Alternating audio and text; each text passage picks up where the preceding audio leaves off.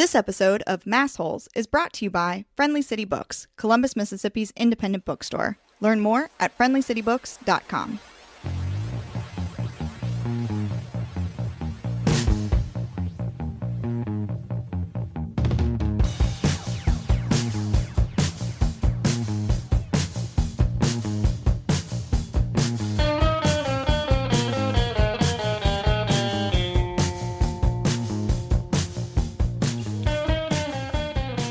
Hello, everyone, and welcome to Mass Holes, the Friendly City Books podcast, where we talk all things Sarah J. Maas. I am your host, Caroline, and with me today is Aislinn. Hi, Aislinn. Hi, Caroline. It's been so long since I've gotten to talk to you on the podcast, but welcome back. Thank you for being here. Happy to be here. So today we are talking about Crescent City 1, and I have a lot of feelings and a lot of thoughts about this book, mostly that I love this so much more than ACOTAR. It's not even on the same scale for me. Like, I'm obsessed. Too. Like, this is what I wanted from the get-go. I am just, and you know what's really funny is way back in 2020, Crescent City came out and I saw all these people online talking about it. And I was like, that sounds like a book I'd want to read. So I ordered a copy. And then I was told by all of these people, like, no, you can't read this book until you read all these other books. And I was like, well, that's never going to happen. Which I don't think is actually true, because I do have a friend that read Crescent City first. Yeah, I mean, I've only read the first one, but it doesn't seem like it's necessary. Yeah, everything else just kind of pales in comparison to Crescent City, I feel like, especially the ACOTAR series. I mean, thinking about ACOTAR versus Crescent City, I think that ACOTAR is so much more of that romantasy that we have been talking about a lot, like with Fourth Wing and things like that, where it is a fantasy world, but I would argue that maybe it's a little bit fantasy light and that the focus is not so much on the fantasticalness, but more on the romantic aspects of the world. And for me, Crescent City was so much more about the fantasy, the world, and all these mythical creatures. And there is a massive list of characters in this book. And every single one of them is so compelling. And I think it's because she really throws herself into all these mythical creatures and gives them so much detail and so much identity. And it's really, really exciting. Like, this is an exciting world to be in. I agree. I almost want to compare it to the worlds that Samantha Shannon creates. Because as I say on like every single fantasy podcast, I'm a Samantha Shannon stan. And I just think that like the characters have a lot of depth that we don't really see with Feyre. Especially Bryce. I love Bryce. Bryce is my favorite of the heroines of Sarah J. Maas books. Yeah, Bryce is definitely like what is it in Lord of the Rings? Like the one ring to rule them all. She's the one badass to rule them all. Yeah, but to the point where I am almost like Bryce is almost too much protagonist. Like, she kind of is everything in a way that I'm almost like, all right, girl. But I want to be her. Yeah. I want to have everything so under control and also look amazing while doing it.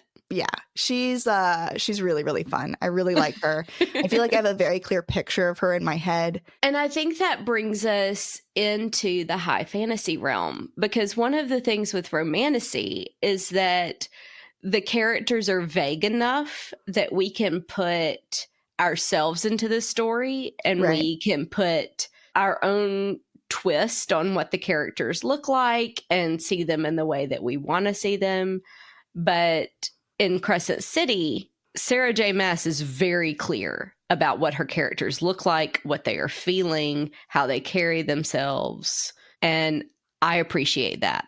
Yeah. I like to see someone else. I like to read about someone else's story rather than just imagine myself in the story. Right. Because I'm never going to be a half-fae redhead.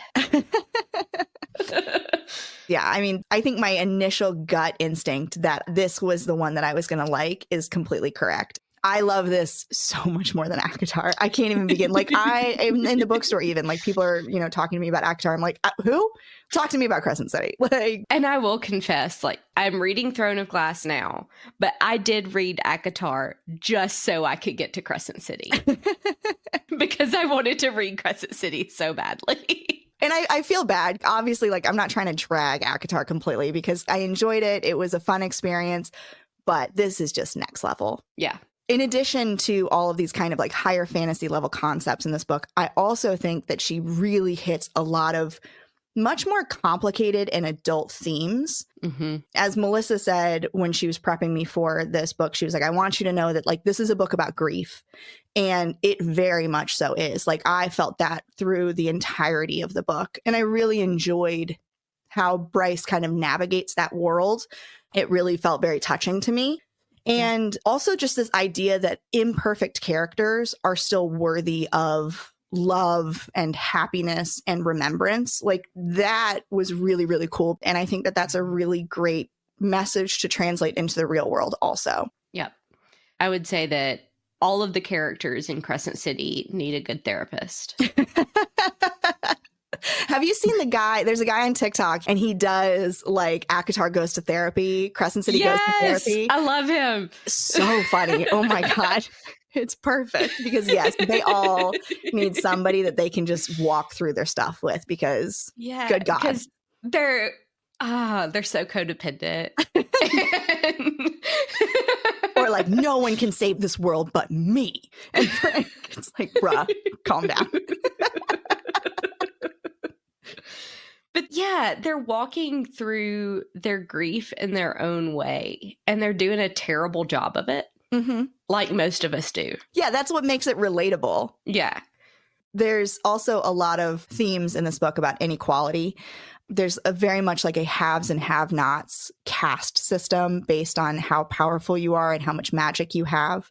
And that, I think, is the real undertone of this entire book, this idea that this world where creatures come into a human world and kind of make it their own have created this unequal system, and that we can look at those institutions and be critical of them and fix what is broken. Yeah. One of the really interesting parts of this theme that I find is that it's almost like the creatures that have come into this world and have taken it over have stolen from what we know as ancient Rome and their caste system, and then put it on top of a modern world with cell phones and email and television and, fangs and bangs, reality TV.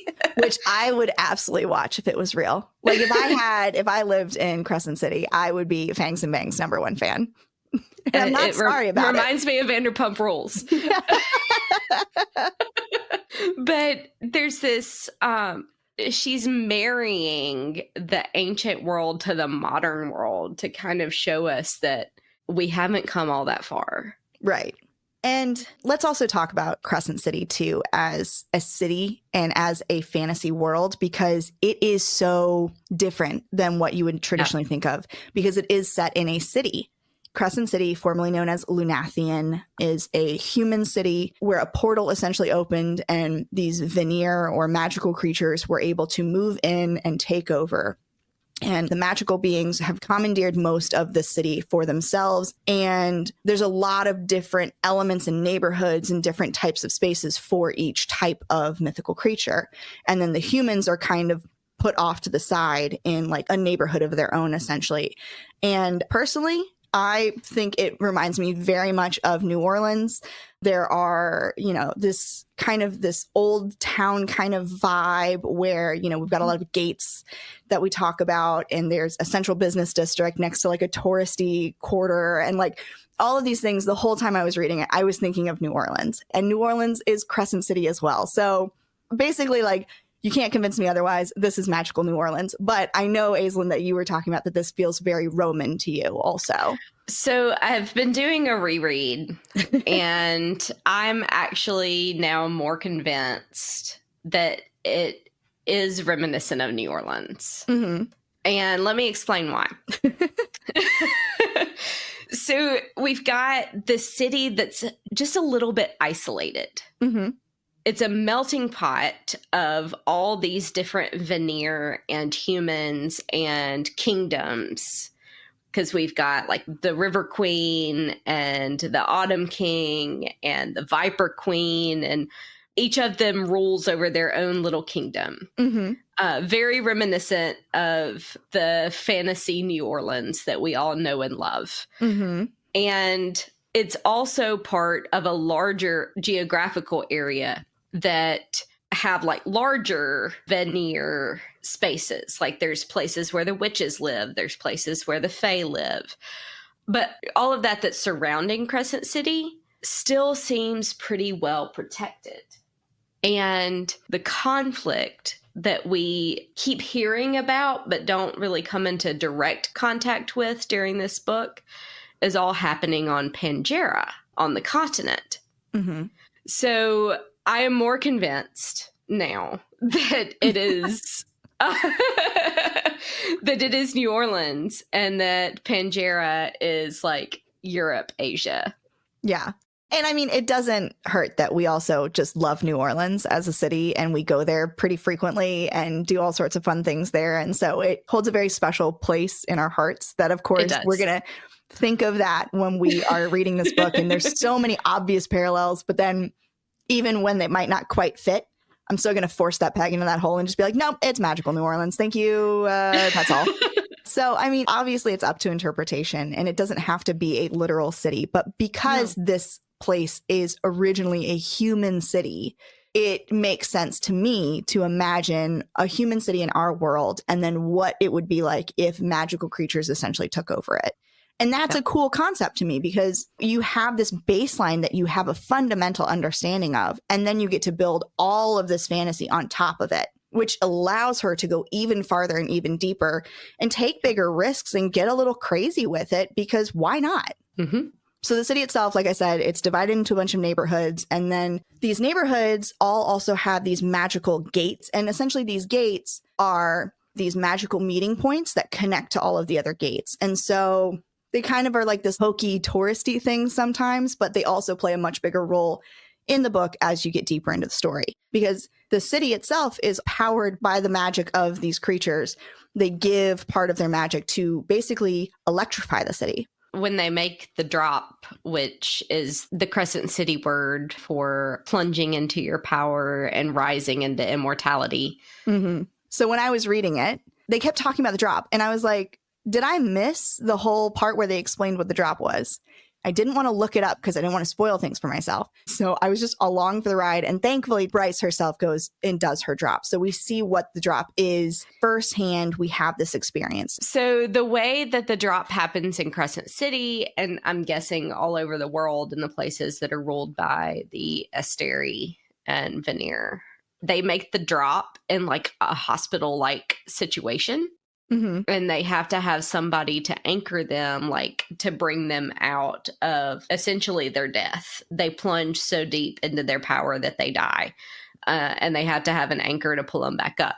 And then the power that is released as they come into their full power is called First Light. And really the price for living in this world and being Vanir or immortal in this world is that you have to give your first light to the Asteri to power the city, to power the electrical grid, the weapons, the CCTV. And all you get is like a little drop of light in a bottle. Right. As a souvenir for being immortal. Yeah. And then also there are these 4 different houses where people belong to. So you have the House of Earth and Blood, which is the first book's name. You've got shifters, humans, witches, ordinary animals, etc.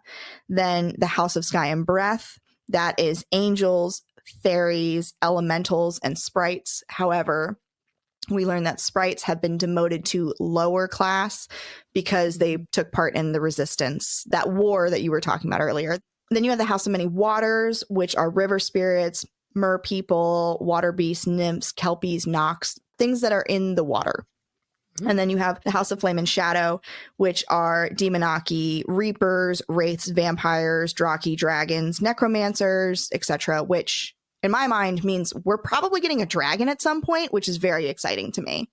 But yeah, so those houses, I think, are a great representation of just how many types of mythical creatures there are in this book and how they all kind of interplay and have dynamics with each other that are pretty complicated. And you learn more and more about them as the book goes on. And we meet somebody from every house. Yeah. And obviously we know that the books of Crescent City are defined by their houses. So perhaps this one, because it is House of Earth and Blood, is going to have a little bit more of a concept that would focus on that book. And I'm guessing or speculating that maybe the second book, since it is Sky and Breath, will have more to do with the House of Sky and Breath. But again, I've only read the first book, so what do I know? I'm just going to keep my mouth shut about that. Okay. Well, like I said, there's also so many characters. So I think we should just start with Bryce, who, of course, is our protagonist. She is a half fae, half human. She is the daughter of the Autumn King, who is the Fairy King. And her human mother, Ember, basically had a romantic relationship with the Fae King. And then when she found out that she was pregnant, she fled and hid. And so Bryce has grown up kind of in hiding from her father until she was a teenager when she went to meet her father, and it did not go well. He did give her citizen status in Crescent City, which allowed her to stay in the city, go to college, kind of build a life for herself in the city. But otherwise, she really just doesn't have a relationship with him. But in order to receive that civitas status, she had to renounce her membership in the House of Earth and Blood, which is the house that her best friend Danica was a part of. Yeah. And her mother. And her mother and her stepfather, who she loves dearly. So technically, she's a member of House of Sky and Breath, but everyone she surrounds herself with is House of Earth and Blood. Yeah. So her best friend, Danica Fendir, is the leader of the Pack of Devils, which is a werewolf pack. She's extremely powerful. She is the granddaughter of the alpha of the wolves, and she has a very contentious relationship with her mother, Sabine. Both of them are really vying for the alpha spot to replace her grandfather when he passes because he's getting very old. There is a mythical sword that belongs to the werewolves that essentially chose Danica over Sabine, which marks her as the future leader of the wolves. And that obviously caused a lot of tension between Danica and Sabine, but also really, I think, speaks to just how formidable Danica is as a wolf. Like, she's very, very capable. And one of the common themes I see a lot in this book is that Bryce and Danica are constantly undermined and devalued by other people. They are looked at as party girls, dumb, they're slut shamed constantly, and really, really minimized when they are both incredibly formidable in their own right. And I think in a lot of the book, Bryce is able to really prove herself and she comes into her own. But unfortunately, because of what happens with Danica, you really never get to see that with her. And so that is, in my mind, one of the big tragedies of the story is that Danica, even in her death, continues to be minimized and maligned, really, for just trying to have some fun and just trying to exist in this world that kind of inherently hates young women. I have a suspicion that Danica might get a prequel. Oh, that would be really fun. I'm hoping for a Danica prequel. Yeah, well, the indie exclusive version of Crescent City 3 does have a special chapter that has the night that Danica and Bryce get their tattoo. So if nothing else, we will at least get that chapter of their time together and like that extra moment of their friendship, which I think is going to be really great. Yeah. Also in the Pack of Devils, there is Connor. He is a werewolf that really carries a torch for Bryce. And she's kind of like, I don't know if I really want to settle down with this guy, because it's like, if she settles down with Connor, it's like for real forever. And she's like, I don't know if I'm there in my life quite yet. They also have two other friends, Juniper, who is a fawn, and Fury, who is an assassin. Bryce's boss is Jessica, who is a warlock, and I loved Jessica. She is like stone cold, and we find out as the book goes on, that not only is she an antiquities dealer, but she also is protecting this like long lost library that in my mind was almost like the Library of Alexandria, but for this world. So obviously Jessica is looked at as kind of this cold, kind of calculated character that's a businesswoman, but clearly there's something sentimental there. This idea that we are protecting this library, maybe for something greater. That's a huge part of her person. And I can't wait to learn more about Jessica as the books go on, because I am a big, big fan so far. And also she goes to great lengths to protect Bryce. Absolutely. Even though she's like, Bryce, you don't matter to me. I'm going to turn you into a frog if you mess up. But like, she's got her back. She's a ride or die. And then we also have Lahaba, who is a fire sprite who works for Jessica, and Lahaba is precious and we love her so much. She loves reality television. She protects the books in the library. She's just full of joy and life and sass. And she's so sassy. We love her very much. She is a real joyful mark in a book that I think is otherwise maybe a little bit on the sadder side. So this is where we open the story. That these are the characters that we're focusing on. And Bryce and Connor have this conversation that's like, okay, I'm ready to pursue this relationship. I'm so excited to see where this goes. And all is well and good, except for Bryce goes out and parties the same night. Bryce is just having fun, not worrying about anything, doing a lot of drugs, comes home to find every single one of the wolves horrifically murdered. And it's just this horrific, awful crime scene. And suddenly out of nowhere, this demon is there, and she's goes into just this like pursuit mode, and she's trying to follow this demon through the city, trying to stop it. And the demon nearly kills another angel, who we later find out is Micah, the governor of Crescent City. And Bryce decides to stop and save this angel's life rather than pursuing the demon. So the demon gets away. She's also wounded by the demon. And this is really a jarring shift in the book, because basically everyone you've met is dead and everything has shifted. And there's no closure because Sabine tells Bryce that she is not welcome to the sailing, which the sailing is the funeral in this world.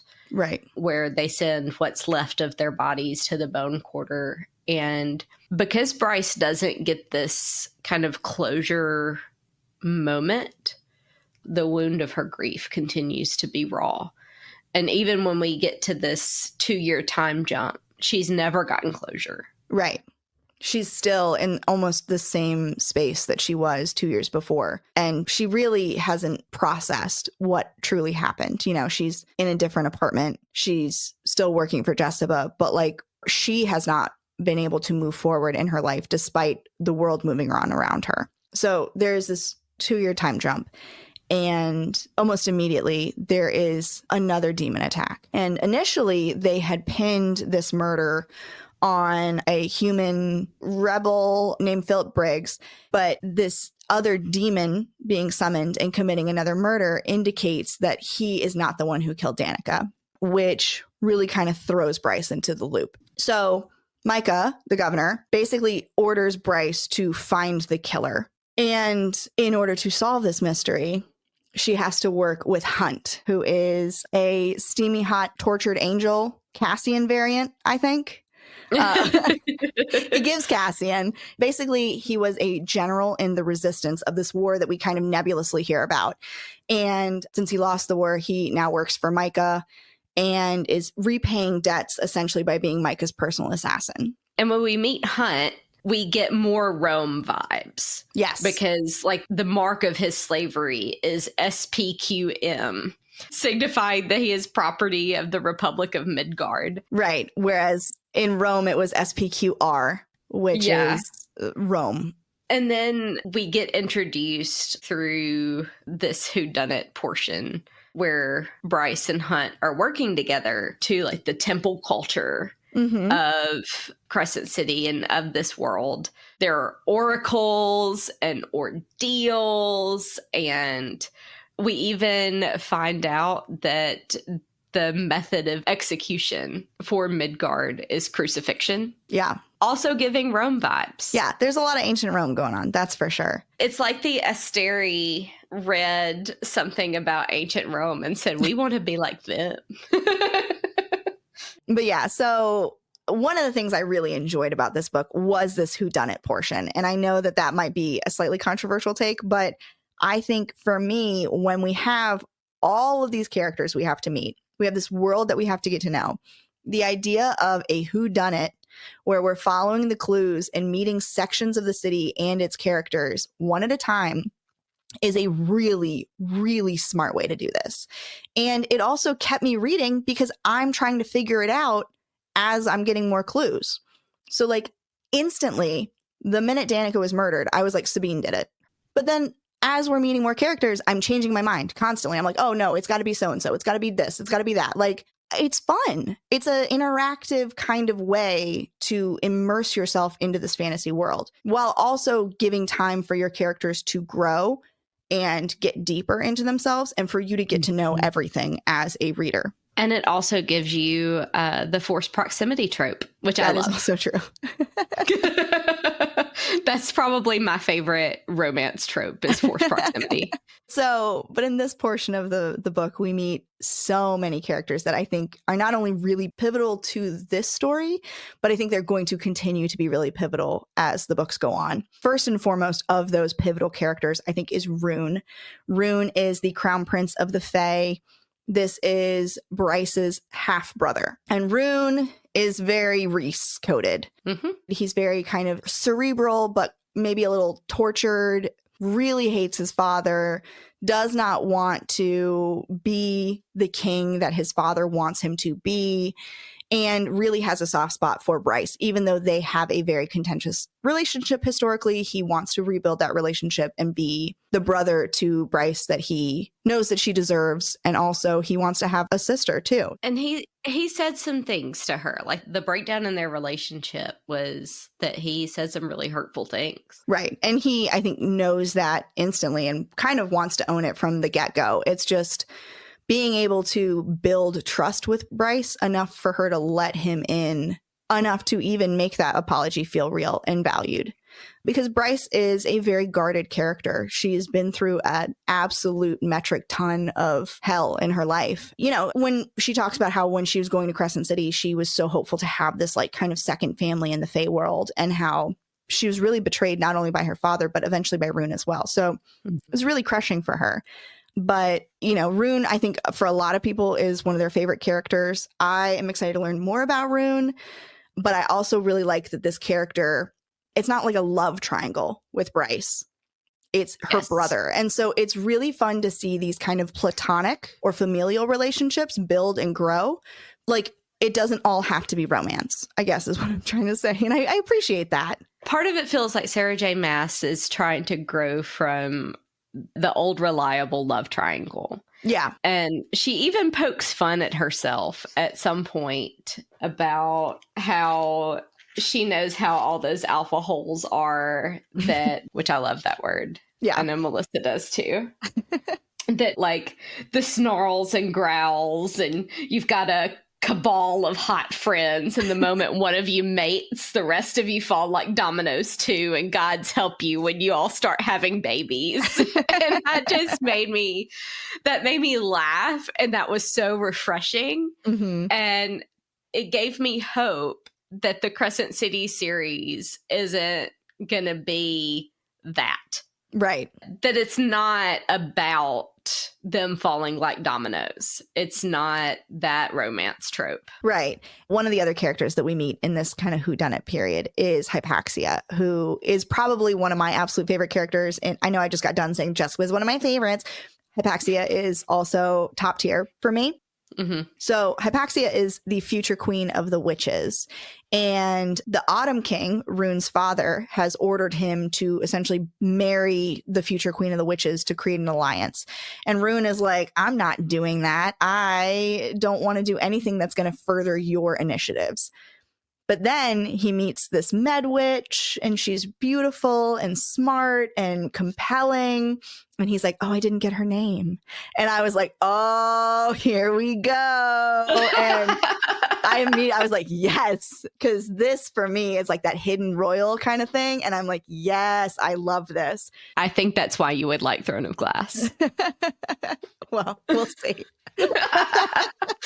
I'm going to work on you.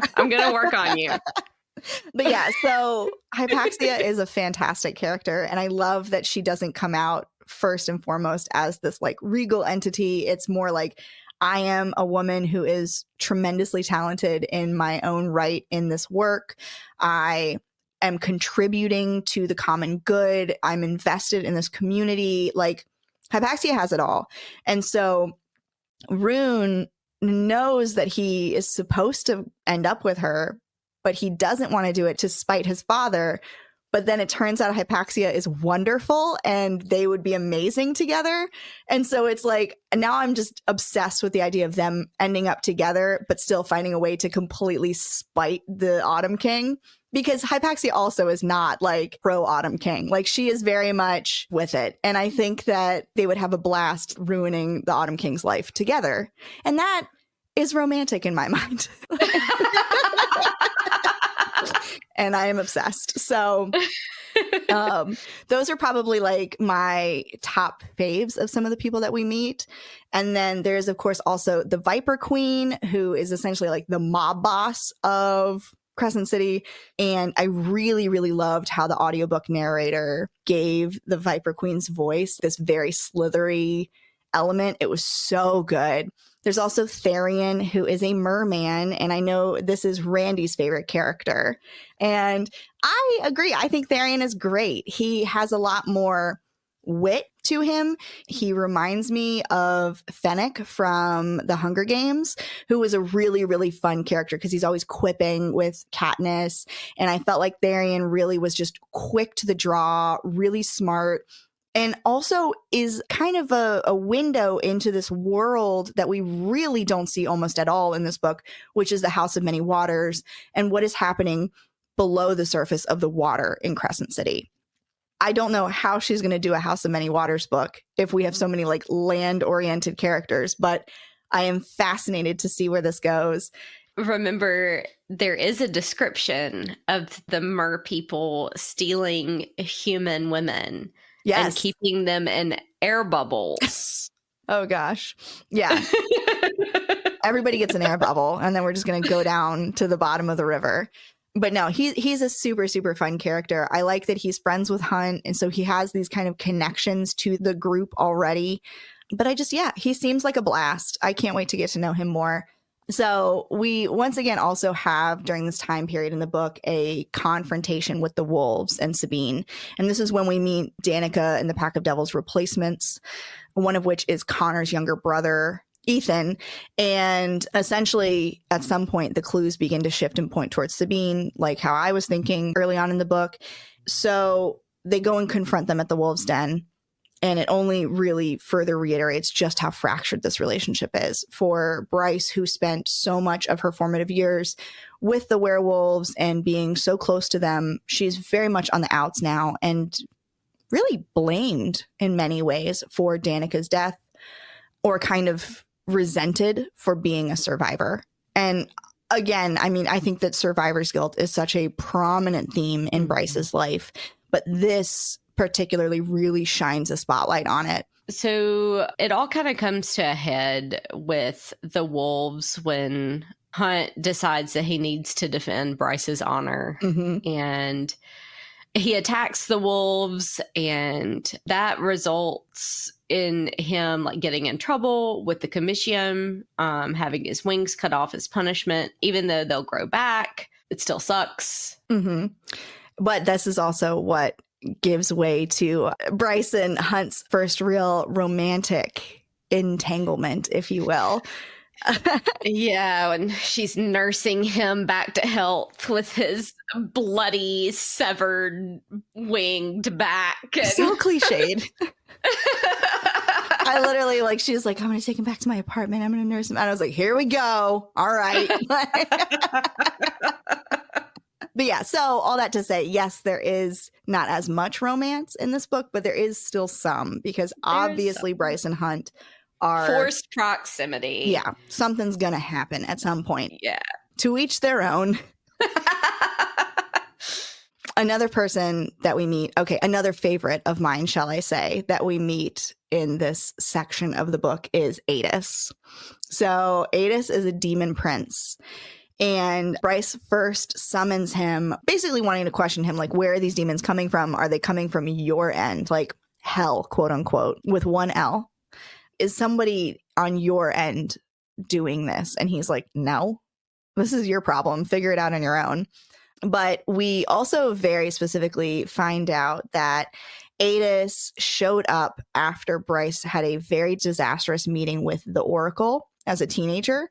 And he tells her that he knows her true self.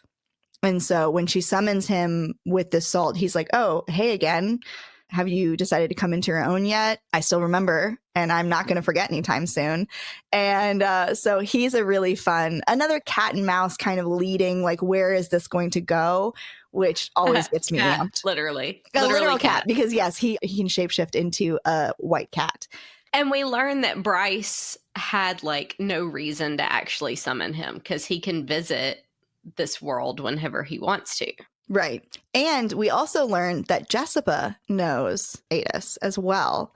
So this indicates to me that Bryce has a closer relationship or is important to the House of Flame and Shadow, which is kind of the underworld, really, than what we currently know. And that's exciting for me because so far I've loved every character I've met from the House of Flame and Shadow, which means to me, in my mind, that I'm going to love book 3, but we will see where that goes.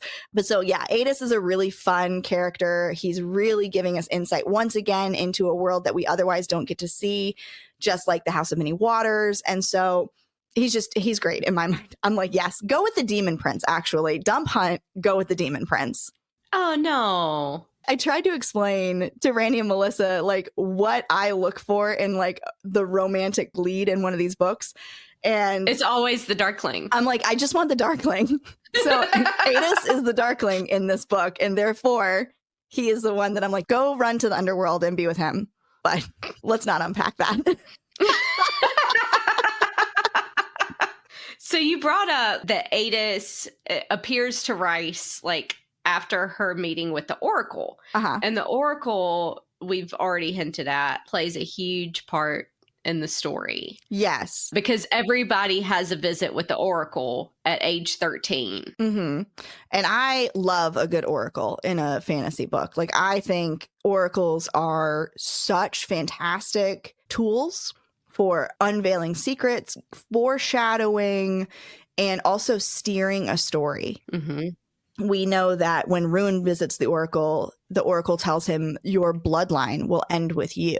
She says the royal line. Oh, you're right. Yes. Will end with you. The royal line will end with you. I don't know if that's important yet. Maybe we'll learn in book 3. Well, what we've learned from Stay with the High Lord is that wording is important. Yeah. So Rune takes this as like a personal joy because he's thinking, I'm going to spite my father by ending this lineage.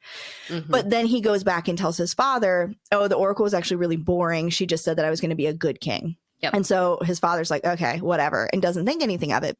But when Bryce visits the Oracle, this like crazy event happens where she looks into Bryce's future, and instead of seeing anything, she's blinded by light. And one of the questions that continues to come up in reference to Bryce and the Oracle is what blinds an Oracle. Right. Hunt, prior to, we talked about like his interaction with the wolves and when he gets his wings cut off. But prior to that, he also visits the Oracle. Mm-hmm. And he refuses to receive a prophecy. Right. But he gets one anyway. He gets a warning. To stay away from Bryce. Which he does I don't know. He does not heed that warning. No, but also I don't know if that's actually a prophecy. I think the Oracle just hates Bryce and is like, stay away from this girl. But yeah, so oracles are fantastic. Anytime there's an oracle in a book, I love it just because they're messy. Yep. And, you know, it does really call back to the surreal also. I think that is an important tie back here. And we have to wonder, like, is the oracle friend or foe? Right. Because the serial turned out to be friend. Right. But we have no idea. Yeah. I mean, it currently seems like the Oracle is a foe to Bryce, but maybe has a responsibility to the truth because, you know, if Adis is using the Oracle as a tool and other people are using it as a tool in different houses, then perhaps it kind of plays multiple sides. And if every Fae at age 13 has to go visit the Oracle, then she has a lot of power in manipulating the ins and outs of Fae politics. Right. Yeah. Because if she can see the future, can she also maybe change it? Mm-hmm. So one of the things we learn as Bryce and Hunt are following the clues is there is this street drug called synth that was originally created as, was it like essentially like a healing power? Mm-hmm. But people found out that if you took it in higher doses, that it would kind of make you supercharged or superpowered. And not only would it supercharge a veneer, but it would give a human magical powers for a period of time. However, we learned that there are also these really, really horrific adverse effects where they're just ripping people apart, murdering people, shredding their own selves apart in instances where they're kind of having too much of this drug. Well, we learned that the synth was developed like through the almost DNA of the Crystallos demon. Oh, yeah. Uh-huh. Which is the demon that through Hunt and Bryce and Rune's research and Jessica's library, we find out that the demon that has been summoned, that keeps being summoned, is the Crystallos demon. Right. That it's somehow connected to the synth. And also the Crystallos demon is the demon that seeks Luna's horn. Right. Like it has a tie to Luna's horn. So this is when everything starts to come together. Right. And I also forgot to even mention Luna's horn before, but basically there is this Fae artifact called Luna's horn that can kind of open portals and summon otherworldly entities. And this was in a temple and it disappeared one night while Danica was standing guard. So there's also the question of what happened to Luna's horn. It's an incredibly powerful artifact. It could be used. It could be the thing that's summoning these Crystallos demons, or like these demons could be hunting for the horn. But Rune's father sends Rune specifically on a mission to find the horn and bring it back to the Fae people, like give it to the king. Yes. And Rune wants to find the horn, but doesn't really know how he feels about giving it to his dad. And this is another place where things come together because the whodunit portion of the book where Bryce and Hunt are trying to solve these murders, more murders continue to happen and they all seem to be connected to Luna's horn. Right. Which kind of encourages Rune and Bryce to work together as well, because if you find the horn, you're also probably going to find who's doing the murders. Yep. So anyway, so we've got the horn element too that I, just completely glossed over. It turns out to be important in the last 150 pages. It's very important. Essentially, what we begin to suspect is that Danica is the one who stole Luna's horn. Yes. And there are clues along the way that Bryce kind of starts following. And as she's picking things apart, it really seems like perhaps Danica is the one who has the horn. And because she is dead, it must be hiding somewhere. And where would that be? So basically, all of this happens. And then we kind of hit like a very dramatic twist that in my mind sort of came out of nowhere.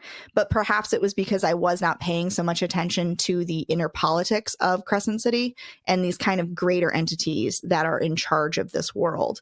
But basically what happens is that Hunt gets caught in a synth deal with the Viper Queen that incriminates him and his friends, not only in the demon summoning murders, but it also reveals that he's still working for the resistance and that they're plotting to overthrow the government by stealing the synth and taking it to become superpowered and basically usurping the bonds that have been put on them to deaden their magic.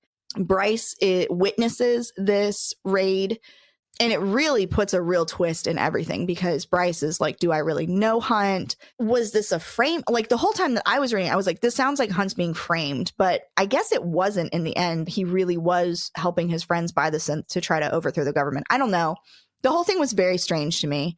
And that's what I'm saying. I really felt like it came out of left field. But it is really the catalyst for how we get to the next step in the book. And it did, from Bryce's point of view. I think one of the things that we talked about the last time that I was on Mass Holes with ACOTAR was that Feyre is an unreliable narrator, that she doesn't always know what's going on.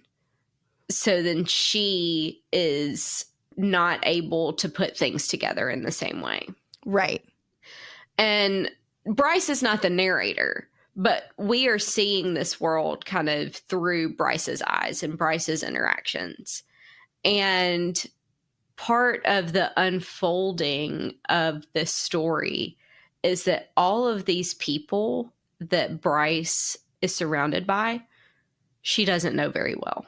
Right. And they all have ulterior motives. They all have secrets. Some of them, like Fury, completely ghost her.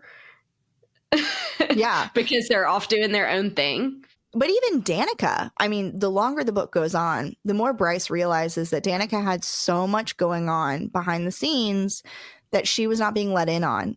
And part of that question is, was she being protected because Danica didn't think that because she hadn't made the drop, because she didn't have magic, that like she wasn't capable, or that she maybe did know Bryce's secret and therefore was trying to protect her from having to reveal that secret any further. Oh, we do know that she did know Bryce's secret from the motorcycle accident, but that's why it's like, you know, was she just trying to protect her, or was she trying to help protect her secret? You know, because those are really two different motivators. But ultimately, Bryce ends up really having this kind of crisis towards the end of the book where it's like, do I really even know any of these people? Yeah. And it really starts to erode a lot of the foundations that she has built around herself. And, you know, kind of having to relearn all those things and deciding, you know, whose side am I really on and who can I truly trust? And for Bryce, who wants to do everything on her own, who wants to be Miss Independent, I've got everything under control and I'm looking good while doing it. For her to feel like she wasn't enough to be trusted with those secrets, that is a struggle, I think, for her. That it makes her feel less than, that she wasn't a part of this, that they didn't trust her enough to let her in on what was happening. But then again, Bryce only trusted Danica. Right. And there's also the idea that, like, if you're not letting anybody in, you can't build that kind of relationship with people to get to know them, or for them to feel like they can trust you. You know, independence and being on your own is a double-edged sword. You know, you're not going to get hurt, but you're also not going to build anything greater or have those connections with people as well. So, and I feel like this just turned into a therapy session. This is Bryce's therapy book, so, you know. But also, like, I identify with Bryce so much. Yeah, I think a lot of people do. And I think that's why this is a really, really great book, because Feyre is a very different character. She holds everything on her own shoulders. She is independent, but yet she isn't afraid to build relationships that actually work. And she's not afraid to give relationships second, third, fourth, fifth chances, like with Nesta. But Bryce is kind of the opposite of that. Like, she's still independent, but she's very much like, I am on my own. Yeah. And my history of relationships has proved to me that I can't trust other people, you know? And everything that unfolds over the course of this book, like, hammers that point home for Bryce, that she can't trust other people, that she is really on her own. Right. But even then, even after this synth deal and everything, and Hunt is essentially like arrested and re-enslaved, essentially, she still has his back. She still goes and like begs for his life and decides that she is going to put her trust in him. And really in Rune too. Both of them, she says, despite all of these things, I have to trust you guys and I have to put myself out on that limb, which, you know, is pivotal growth for her character. But yeah, so this is when I think the book really takes off. I mean, just it hits the fan entirely. We're getting chaos from every angle. So Hunt is basically sold from Micah back to his previous owner, Sandriel, who is a horrific person from his past that he does not want to be associated with in any way, shape, or form. And this brings up a lot of old wounds because of Hunt's previous lover, Shahar, who led the original rebellion 200 years before, where Hunt, in the aftermath, Shahar was killed, Hunt was enslaved. But Sarah J. Maas notes that Sandriel and Shahar look alike. Right, because they're sisters. Yeah. But yeah, so this is like an added element of just torturousness for Hunt. So this is the point where the summit happens in the book, which is the collective meeting of all of these huge, powerful creatures. So Sandriel takes Hunt with her to the summit. The Autumn King goes, Rune goes, Hypaxia is there. This is when Hypaxia is going to be crowned as the Queen of the Witches. So really, it's just a creative way for Sarah J. Maas to make sure that all the powerful entities are gone from the city and just Bryce is left alone by herself with no one to like have her back or protect her or come in for the save. And Jessica is also there, which is also important because Bryce is at work with Lahaba. They're working in the library and Micah shows up. And this is when we find out that Micah was the big bad all along. He's been summoning the Crystallos demon. Yeah. Micah has been summoning the demons. He has been supporting the proliferation of synth into the market. He is the cause behind all of this. And he is now going to kill Bryce because he wants Luna's horn and he thinks that she knows where it is. But what he doesn't realize is that Danica had Luna's horn. She crushed it up. And when she and Bryce got tattoos before she died, she put the horn in Bryce's tattoo. So Bryce is Luna's horn. And with her connection to the Fae, she is able to use Luna's horn inside of her as a beacon that opens portals to other worlds. But Luna's horn is still broken. The only thing that is able to restore it is the synth, which Micah doses her with in order to try to use the horn through her. Yes, so Micah doses her with synth. The plan is to open the portals to the other worlds and let whatever comes through those gates rain hell on Crescent City. Bryce is trying to fight off Micah, and she and Lahaba are working together to try to like get out of the library, and Lahaba is trying to help her. And this is the point in the book where I sobbed crocodile tears, because this is when Lahaba essentially sacrifices herself to hold off Micah long enough for Bryce to escape the library. And she has this incredibly beautiful quote. My friends are with me and I am not afraid. I'm going to cry. No. I'm like not okay. And I mean, still not okay. I finished this book like a week ago and I'm literally like, I'm so upset. I read it a year ago. Like, I don't often feel this way, this devastated about the death of fictional characters. As I've said in ACOTAR, I was advocating for the death of multiple characters throughout the entire series. So for me to be this, I don't know, mushy-gushy, I think that it speaks to Lahaba's character. Like, she as a character is the joy of this book. She is unfaltering love and support for her friends. She is committed to her life in the library, but is incredibly lonely there. And loves Bryce so much because she is the person that she can bond with. She is so kind and loving to Hunt and really idolizes him because he is one of the leaders of the resistance. And she obviously, like, we know that Lahaba is a fire sprite and they fought in the rebellion as well. And so she says, I am the great granddaughter of this sprite who fought by your side, and that she's so proud of this. And so for her to die such a absolutely heroic yet devastating death, but to do so for her friends, is so on brand for Lahaba, but also so freaking devastating because Lahaba deserves nothing but joy. And it's even more devastating because Bryce tells her right before she sacrifices herself that Bryce bought her freedom. Oh, and she's like, she does this as a free sprite. And, I know. It's can't handle. I know. But like that is the send-off that a character deserves. Like if we're going to kill a character, that is the level of honor that a character like that deserves. And authors everywhere need to take note because like I will never forget that. Like that is the thing. I think if I remember anything from Crescent City, it is going to be that scene because it's devastating, but it is so incredible. And it is the honor that she gave that character is so profound. And now I'm tempted to get a tattoo that says my friends are with me and I am not afraid. Oh, don't, because then I'm going to cry every time I see you.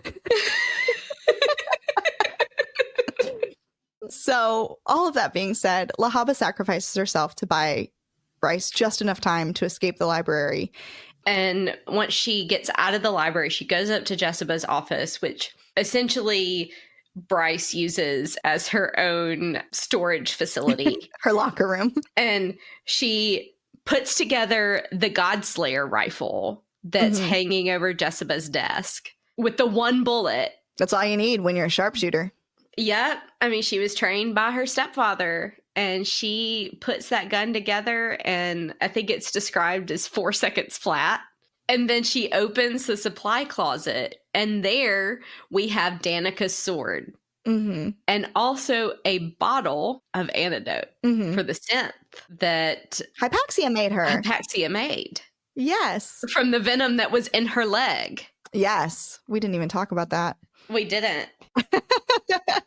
But this is a long book. It's such a long book. There are a million things that are happening in this book. I think I could reread it 100 times and I still wouldn't remember every single thing that happens in this book.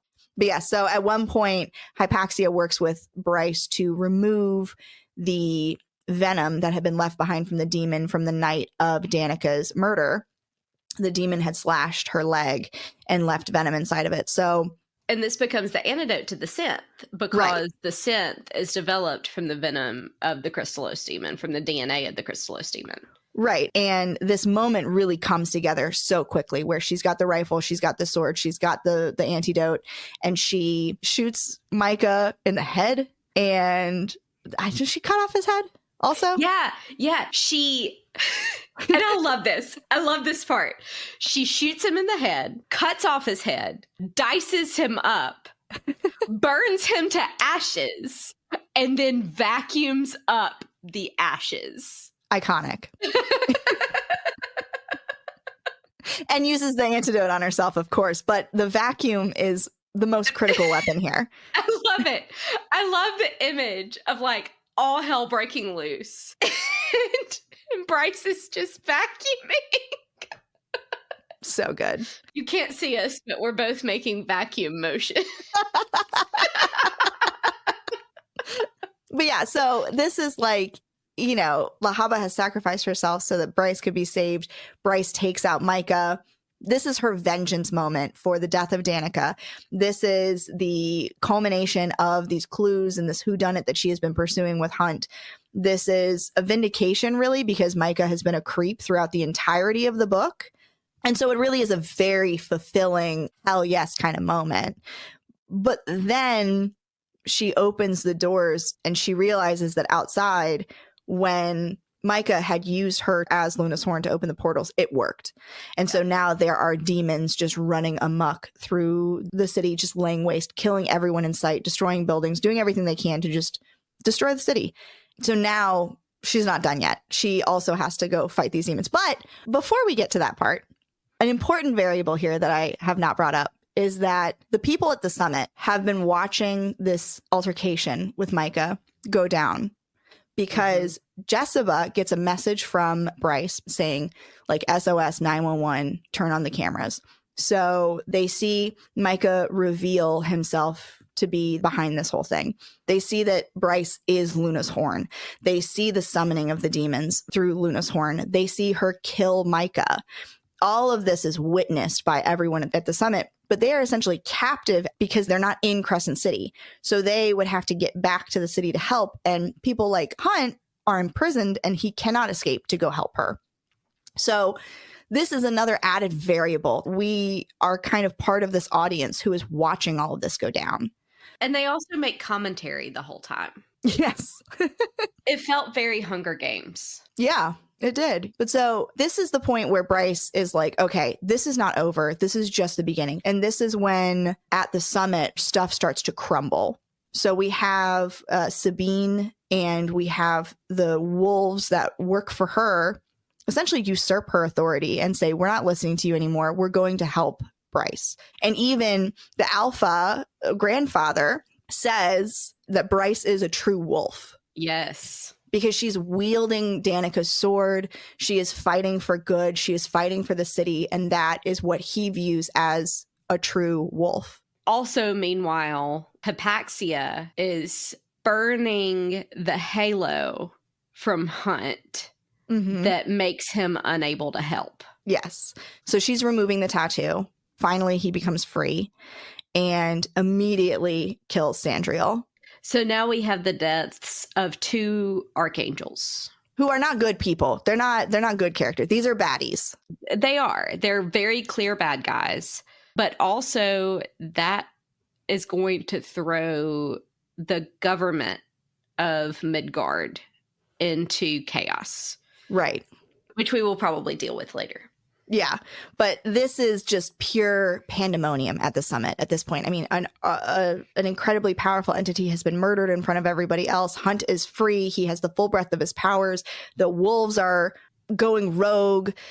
Rune is there trying to help with his fairy buddies. And Fury is also there.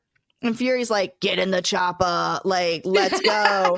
And so Bryce is trying to get to one of the gates because she thinks that she can use Luna's horn to close the gates and stop the flow of these demons from hell. So Bryce fights her way to the gate, and then we have the big reveal of the secret that Bryce has had this whole time. Mm-hmm.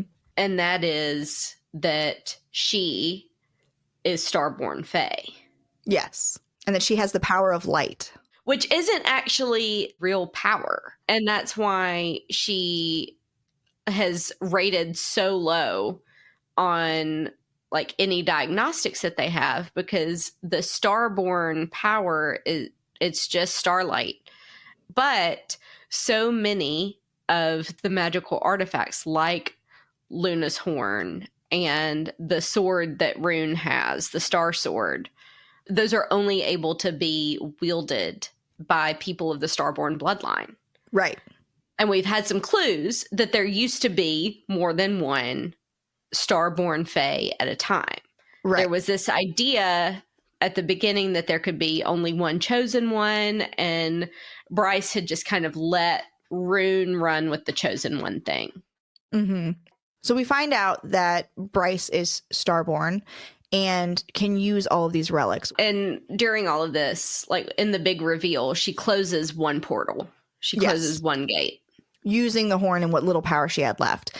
And so she is drained. And the Asteri are now looking at her like she is a tremendous threat who can wield all these incredible ancient artifacts that they have no ability to control, but she can.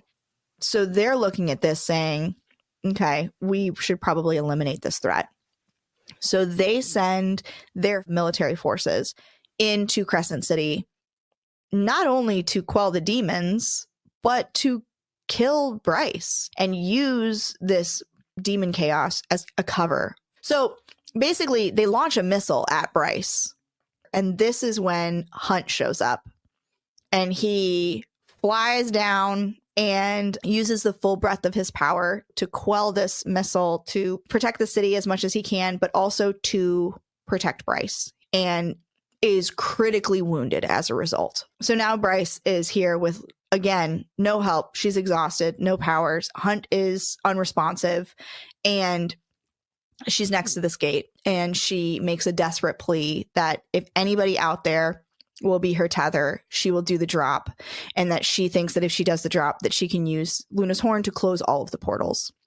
And she calls out and no one answers. And then she calls and calls, and then she hears Danica's voice. And Danica, the fragment of Danica that remains in the bone quarter, is on the other side of this gate and is going to be her tether. and says, light it up. Let's go.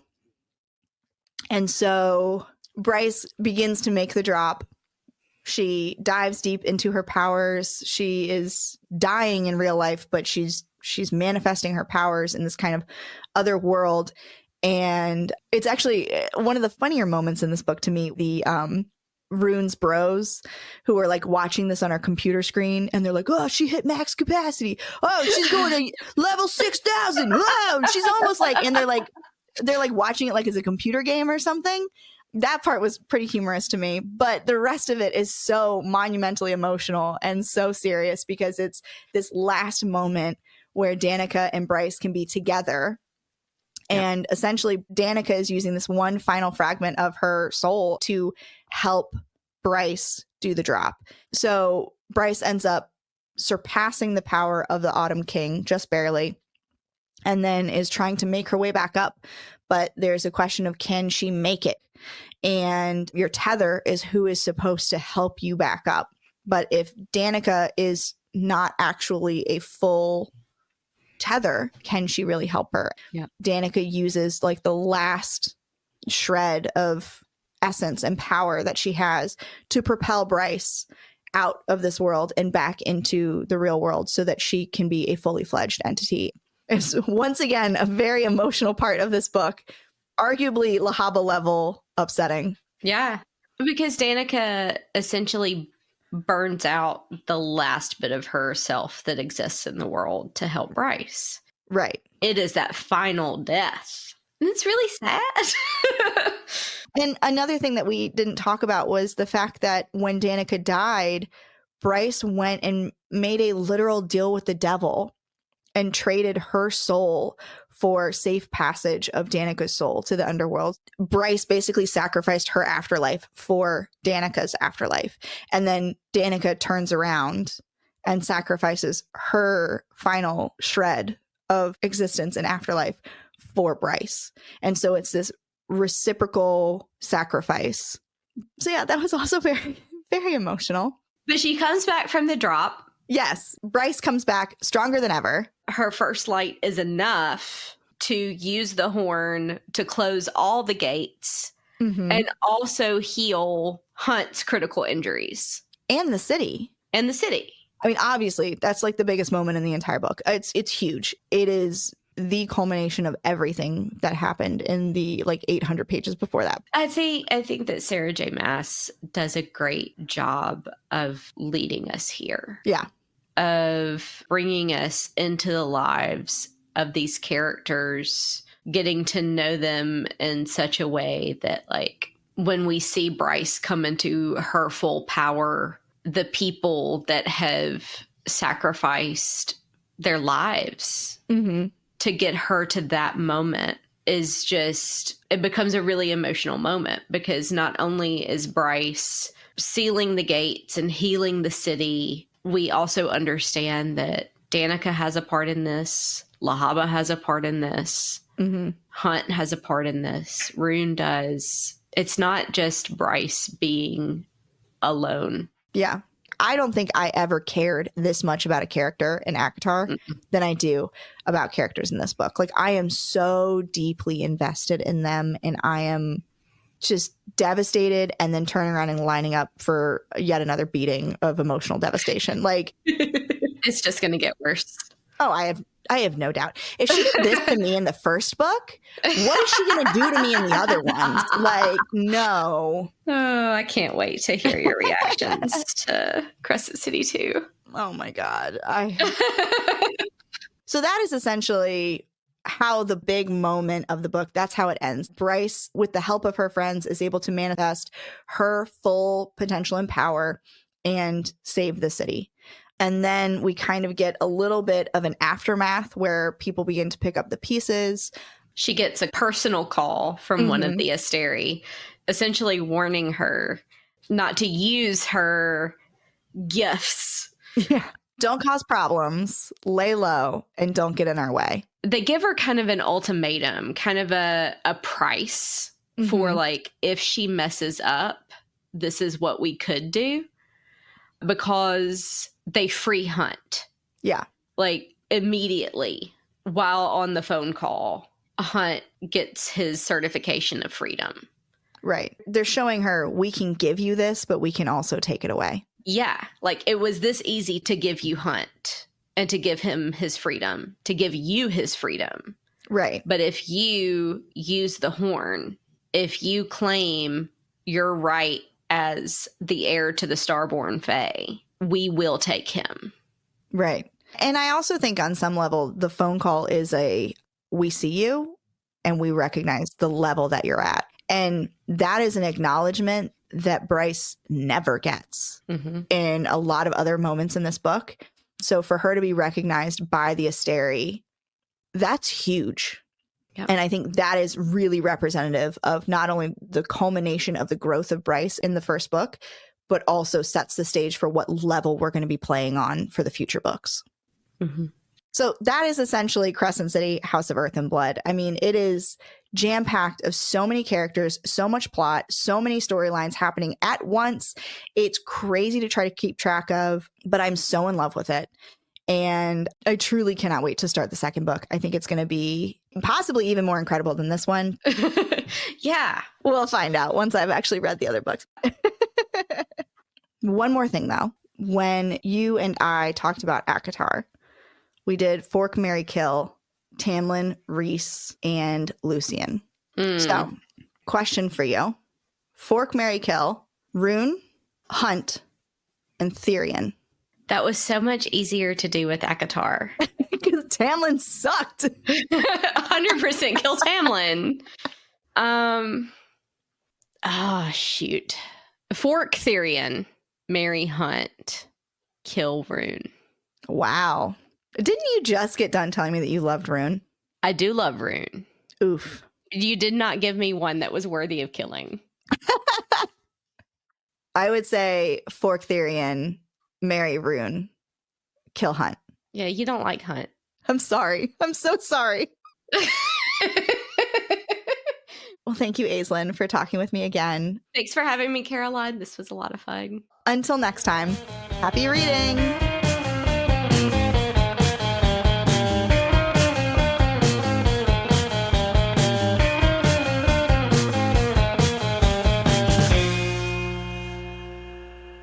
Today's episode of Massholes is produced and hosted by Caroline Barbie and co-hosted by Aislinn Kopp. Music by Hartle Road.